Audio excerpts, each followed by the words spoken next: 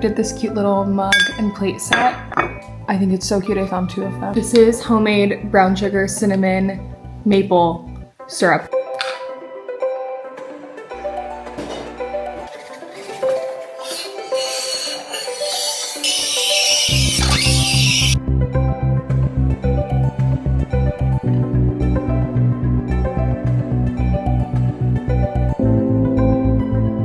Nailed it.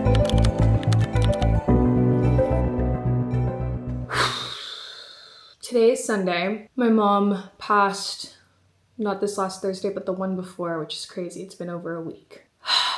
This is my first time like really having a big loss. Like only a really big significant loss in my life before this was my grandpa when I was 16. But there's something about old people dying where it's like sad because you love that person, but also happy because they lived a long, beautiful life. Of course, losing a parent is just a completely different type of pain, and something that I've been finding really interesting about grieving, as this is, I feel, probably my first time like really experiencing true grief, is that it's completely not what I expected at all. I feel like I'm constantly overanalyzing my grief and overthinking my grief and questioning my grief and wondering if I'm doing it right, to which I know there is no right or wrong way to do it. But I do find myself like questioning if I'm doing it wrong or if there's so much more to come. I think part of what makes my situation complicated, if you haven't watched my last video where I give you a breakdown of everything that my mom was going through leading up to her passing, because I knew that my mom was sick for so long, I was anticipating this and I was grieving my mom passing. I feel like I've been grieving my mom passing for 5 years.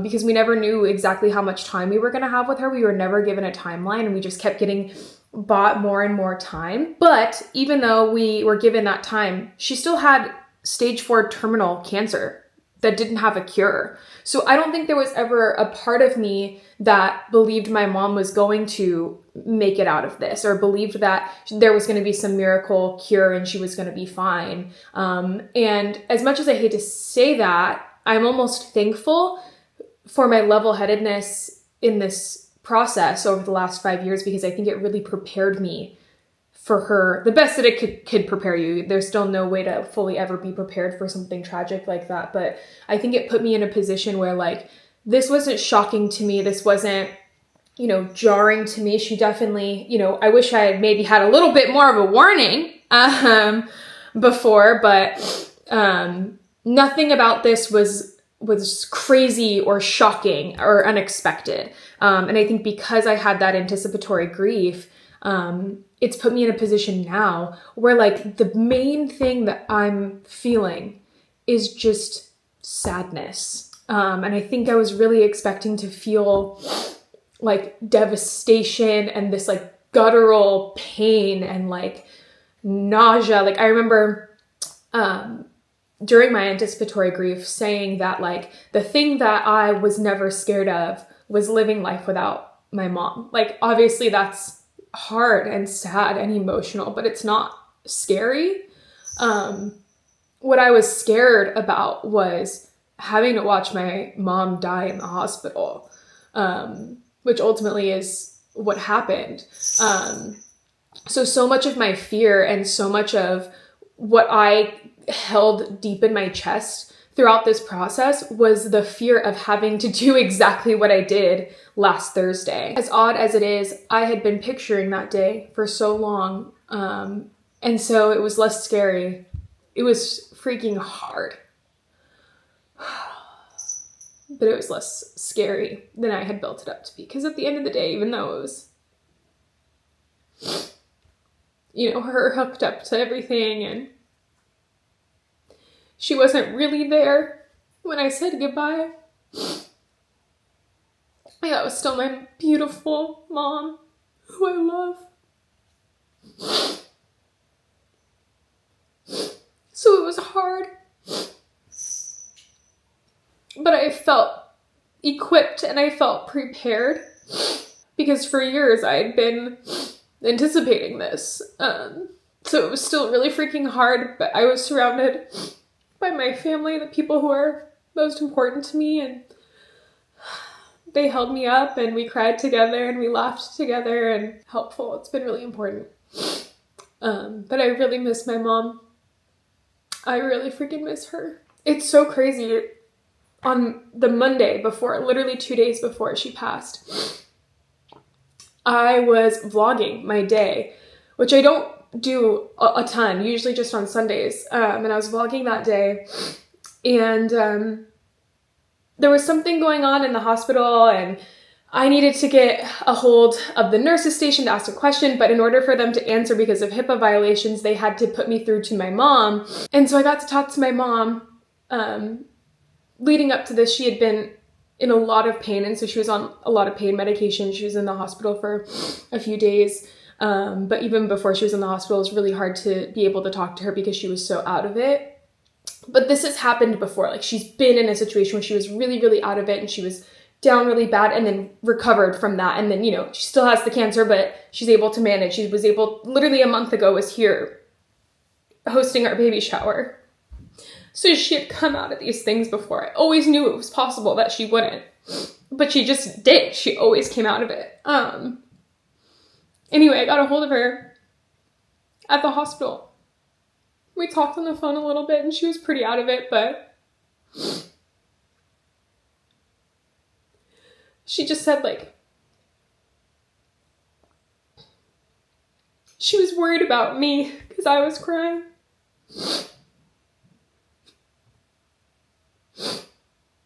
And she said, you know, don't worry about me.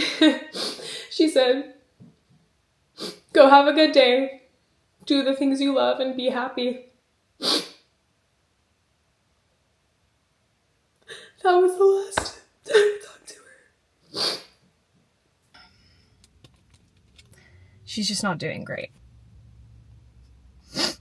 But she told me to be happy. To have a good day.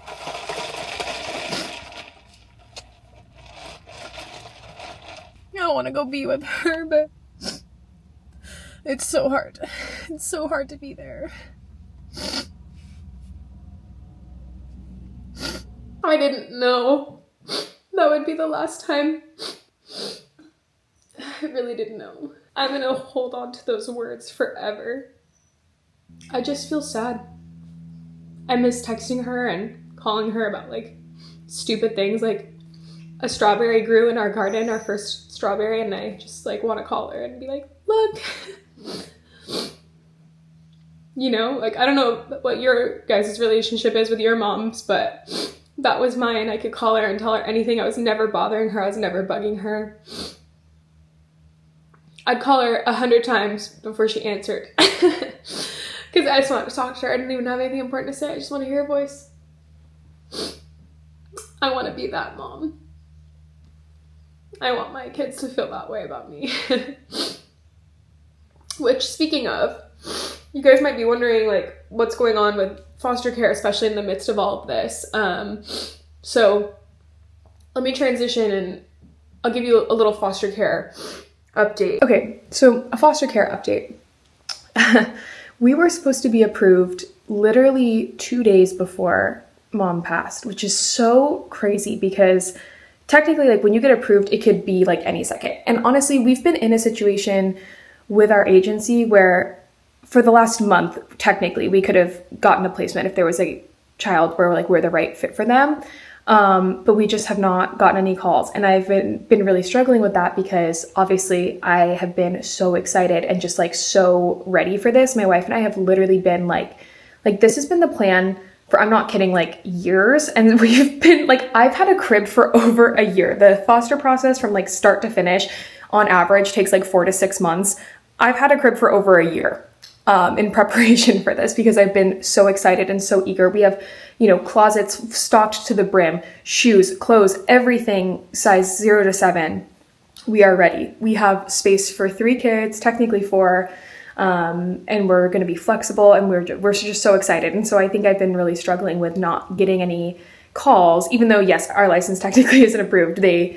It's not uncommon for people to get placements, even before their license is approved, just because there tends to be a lot of need for foster parents. But we weren't getting any. So I've just been like literally glued to my phone for the last month, wondering why, you know, we haven't been those people. Like when you search on Reddit, like, how long did you wait for your first foster placement? Literally everyone's like, we got ours before we were even licensed. We got ours before we were even licensed. And I feel like I was starting to get like, not discouraged, but just kind of like, well, why isn't that me? Like, why can't that happen to us? Like, I don't understand. Just because, you know, if anybody's ready, it's us, you know?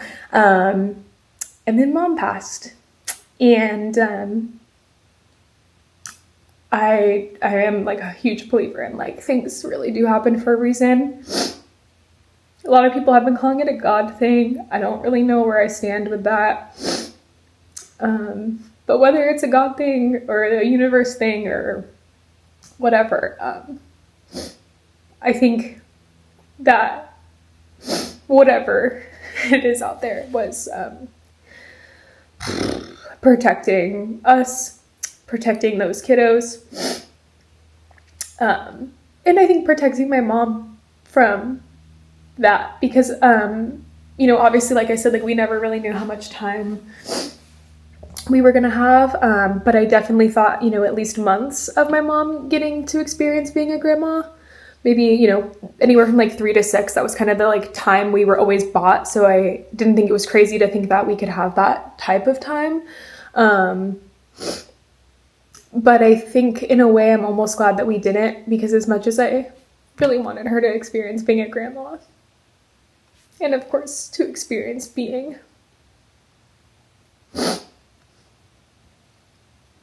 my mom's daughter and being a mom, I wanted to show my mom that I can be a good mom. I wanted her to be proud of me, which she already was, but I really wanted that experience. Gosh dang it, I'm so tired of crying. But ultimately, I think that it worked out that we didn't get a placement early. I think it would have been too much for my wife and I. I think it would have been a lot on the kids. I think it would have been a lot on my mom. It would have been really hard for her in the end. She kind of knew, my mom knew, like, you know, her time was limited. She lived with hope for like a really long time, but then towards the end, I think she started to understand. So as it stands today, we are still not licensed. It's honestly crazy, but it's fine. It's that's what you get. You know, you're working with a government agency that's like severely underfunded and waiting for them to sign a piece of paper, and I'm sure it's more than that, but we are still not licensed. But again, I don't think it's like the worst thing in the world. I think that I really needed to be able to, you know, be at the hospital that day and be with family that week and not have to also deal with like social workers calling me and like parent visits and that kind of thing. Like it just would have been really crazy. But allegedly we're getting approved tomorrow. So we'll see if that happens. I guess also that would be that I'm editing and posting this video today, which I don't know, maybe I will. But by the time you're seeing this, it's possible we are licensed. It's possible we are not. You'll probably get a better update on Instagram. But okay, if you're wondering like, Coles, is it a little crazy for you to be willing to accept placements when you are going through a time of grief? That is a completely valid question. Let's talk about it. My wife and I, of course, had to sit down, talk about it, and we're like, okay, like now that this has happened, like where are we at? Are we, you know, needing more time, or should we put a pause? What should we do? And we both agreed like on a few things. One, that we both, you know, we have wanted this for so long and we've been mentally preparing for this for so long, that the thought of not, you know, continuing on the path that we're on, just like, or pausing, you know, like I think there's just something about that just feels like exhausting. Like we've put so much effort and so much energy, and the waiting has been like the hardest part. So then creating more of a wait just sounds kind of like horrible. And then the second part, and I think the biggest thing, is my mom from the beginning of her diagnosis was like, do not change your life plans because of me. Do not change your timeline. My wife and I got married almost a year ago. My brother and his fiance are getting married in December. And there was kind of some pressure, I think, on them to move it up, you know, so that mom could be there. And she was like, that's not what she wanted at all. Like, she would have been mad. She would have been like, don't you do that. She's always been really, really firm on her stance of like, do not change your plans for me because of my diagnosis. Like, she wanted us to stick with what worked for us and our families. And she was really excited for my wife and I to have kids. And I know that she wouldn't want us to put that on pause. So we're not going to.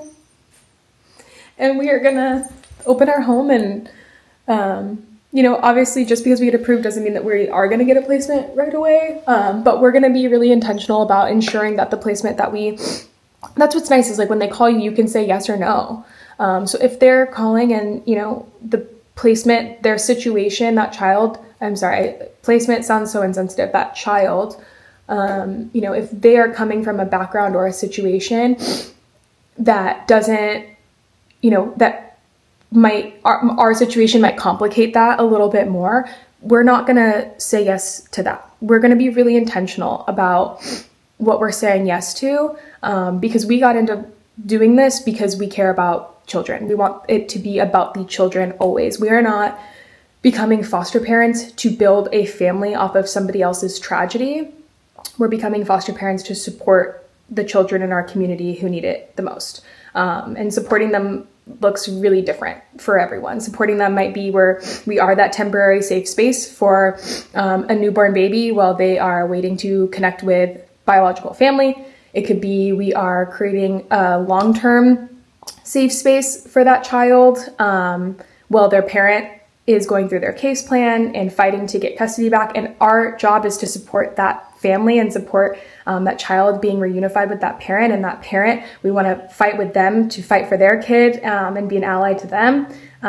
Or, you know, if that ends up not being the best case scenario, the parent is not fighting, the parent is not following their case plan, and it's not a best case scenario for that child to go back with them, then providing a permanent home for that kid. But it's always, always, always going to be for us about what that child wants and what that child needs to be safe and to be protected and to be taken care of. And because we are entering into this with like such a child first perspective, we're only going to say yes to placements where it really makes sense, that we truly feel that we can support with the best of our abilities. Also, just so you know, if we say no, that doesn't mean that that child is homeless. They will go to a foster family that is better fit for them. I